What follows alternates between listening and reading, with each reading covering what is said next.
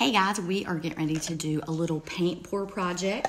So I'm going to show you my supplies first. Always I use Floetrol. This one's called Flood. It's Floetrol. It's white. This is what thins your paint, helps it move. I use this and it will last forever. It's called Spot On. It's actually a treadmill belt lubricant. Little drop of this will make all those sales that you like. It's like $12.99 on Amazon and it lasts forever. I've had it a few years. It's still at the top of the bottle. Little cups for each of your individual paint colors that you're choosing. One big cup to pour all those in and mix. You definitely want gloves.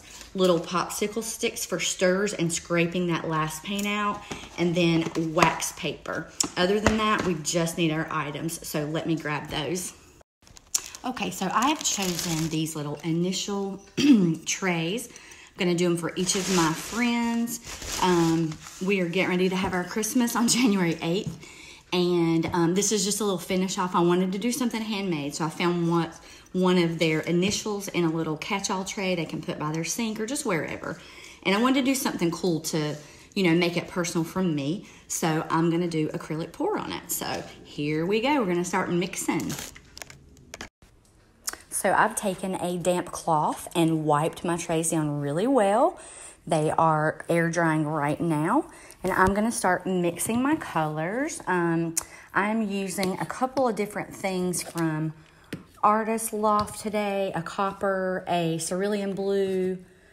This is a basics white that I'm gonna add in. And then this one is the phthalo blue.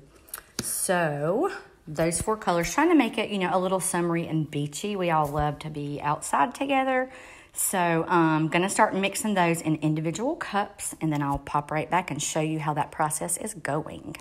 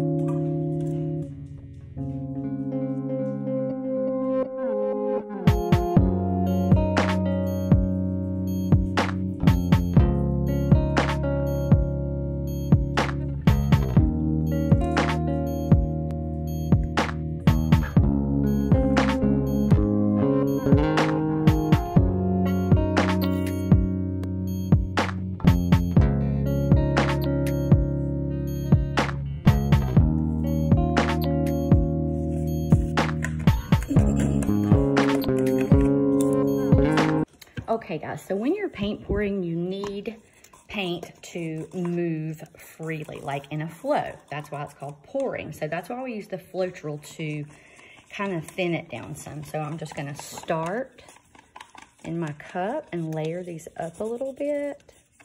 I may have to do more paint, but I'm hoping not. I'm hoping we can just do a 1 cup deal. That would be so nice.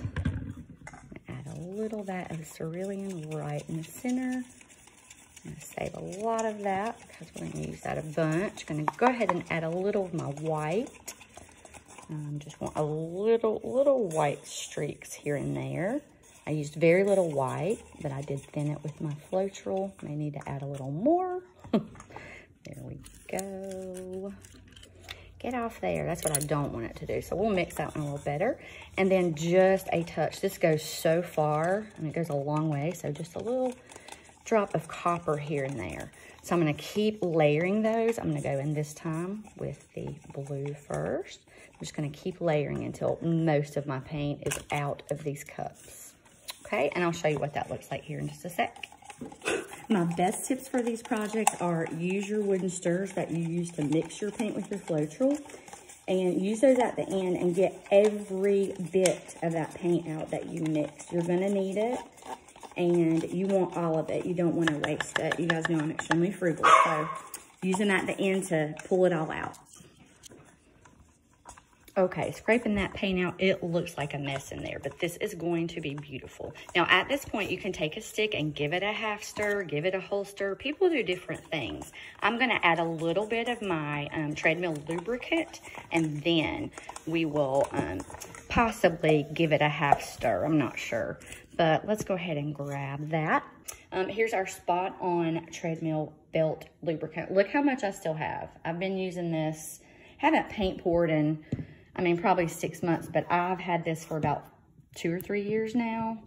It lasts forever, and it doesn't take much. So we're gonna do 1, 2, that's it. That's all we need. That's actually plenty for this. Okay, and now I'm just gonna take the stick that I had, and I'm gonna just barely move it around one time, just like that. And now we get to pour.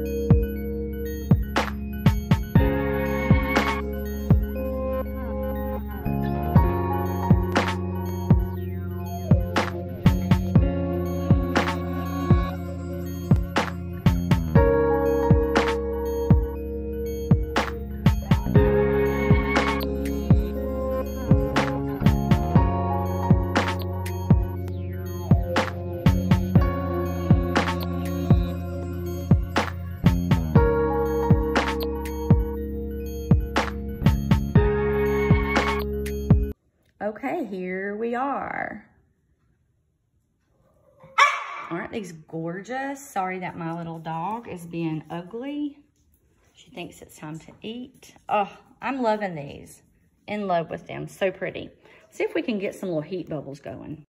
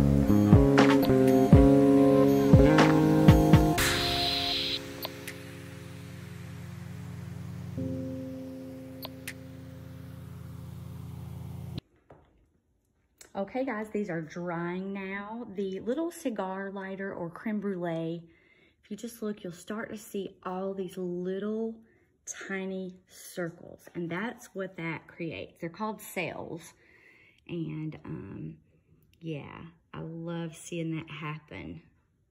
Such a pretty process. I love that all of ours match, and we're all gonna have something similar. Just another thing that ties us together. Okay guys, we're about 30 minutes in, and this is the time when you can really start to see these cells and things. I love what the little cigar lighter, or I call it a creme brulee. Used to call it the creme brulee torch. But love all those little circles you see. That's from that little torch. How pretty the heart turned out. It is gorgeous. That's not a glare, it's actually white in that corner, and I love it. I will give these a clear coat spray tomorrow. Maybe tonight. They'll probably dry out pretty good after that little creme brulee torch, but yeah, we'll see what happens. But so far, I am loving how these look, and they're just gonna get prettier as they dry. So we'll pop back in and check on them here in a few hours. Hey guys, thanks for watching. If you enjoyed this video, feel free to subscribe. Comment below if there's something you would have done differently, or if you'd like to know more about these kinds of things. I really appreciate you stopping in, and we do all kinds of things like this. I'm very crafty, and some days very serious. You just never know what you're gonna get here at, or here with the Gypsy. So have a great day, everyone, and I'll see you soon.